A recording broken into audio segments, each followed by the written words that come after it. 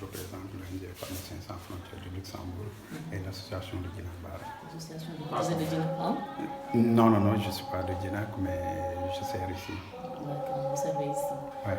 Vous êtes pharmacien sans frontières. Aujourd'hui, quel est l'apport que vous avez en tout cas fait pour la réalisation de cette structure sanitaire? Bon, la structure sanitaire, au début, c'était une case de santé. Et nous avons apporté des infrastructures nécessaires pour que ça puisse passer en poste de santé.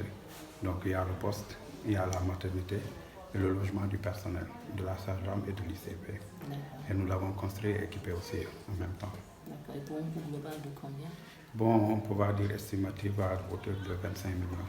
De 25 millions. Oui. Et pourquoi avoir jugé nécessaire d'accompagner les populations dans la réalisation de cette infrastructure? Bon, ça, il faudra vraiment remonter vers le temps parce que vous savez que les villes, c'est des endroits un peu isolés et le besoin se fait sentir. Donc, nous travaillons en collaboration avec le district sanitaire qui nous dit directement là où le besoin se fait sentir et c'est là où nous intervenons. Donc, si vous voyez aujourd'hui, nous sommes ici à Djinak et le premier, nous allons inaugurer un autre poste de santé qui est à Dassila, Messosé et Kara. C'est dans le souci de soulager les populations insulaires ou les populations frontalières. Effectivement, donc là où vraiment le besoin se fait sentir. Donc c'est là où nous voulons vraiment intervenir. Tu veux pour nous réaliser le poste de santé? Waaw, donc comme ni ma ko waxee rek ci nasaraan le district qui est l'ONG Pharmaciens sans frontières en collaboration avec l'association de Djinak dañuy intervenir dans la commune de Toubacouta et de Karang et de Kër Samba Gueye. Donc c'est dans ce fait que nous ñëw kii Djinak pour construire le poste de santé. Donc on va construire le logement sage-femme. On intervenait aussi au niveau de l'éducation. Mais vous allez continuer à accompagner la structure pour son bon fonctionnement? Oui, bien sûr, on ne va pas les lâcher comme ça. Par contre, on n'a pas que ça comme action, parce qu'on a plusieurs actions donc, ici même au Sénégal. On a donc la mutualisation de 500 élèves. C'est une première action qu'on a démarrée. Donc on travaille en partenariat donc, avec l'association de développement de Djinak, enfin, pour la zone, mais aussi avec l'UDAM. Donc là c'est vraiment un partenariat qui est bien cloué. Et ensuite on a aussi des actions au niveau de la cantine scolaire. Bon, ça c'est une action qu'on aimerait bien développer dans tous les villages où on intervient. Bon, ça demande certaines structures. Et puis on a aussi au niveau des étudiants donc, qui quittent les îles et qui vont donc sur Dakar. On a actuellement 10 étudiants qui bénéficient d'un logement sur Dakar. Merci. Je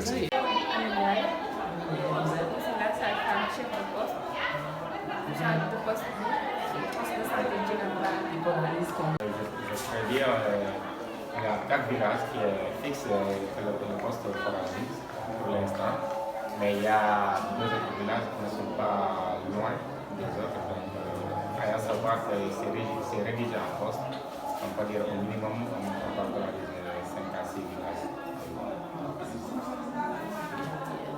de santé est composé de combien de salles d'hospitalisation? Donc, au niveau de la maternité, il y en a une. Ici, il y en a 2 salles d'hospitalisation, donc ça fait 3 salles d'hospitalisation pour l'instant. L'infirmerie, c'est là où il y a 2, plus la maternité, une salle d'hospitalisation, ça fait 3 salles d'hospitalisation au total. Donc, ce poste de santé va soulager la moitié des populations? Ça va soulager beaucoup même.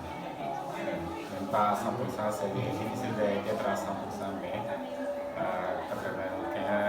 on pourra y satisfaire le besoin de la population.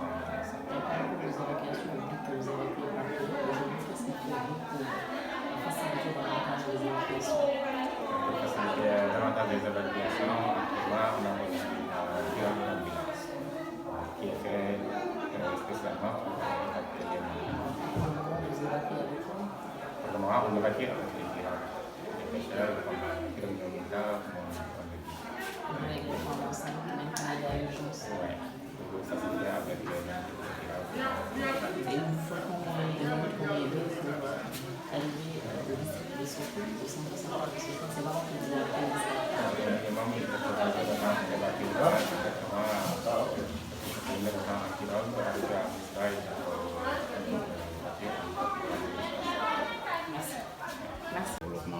sanitaire du nouveau poste de santé de Guinac. C'est un nouveau poste de santé, c'était une case. Aujourd'hui, ça a été transformé en poste de santé. Aujourd'hui, au niveau du district, en tout cas, en tant qu'autorité administrative, que comptez-vous faire pour accompagner la structure?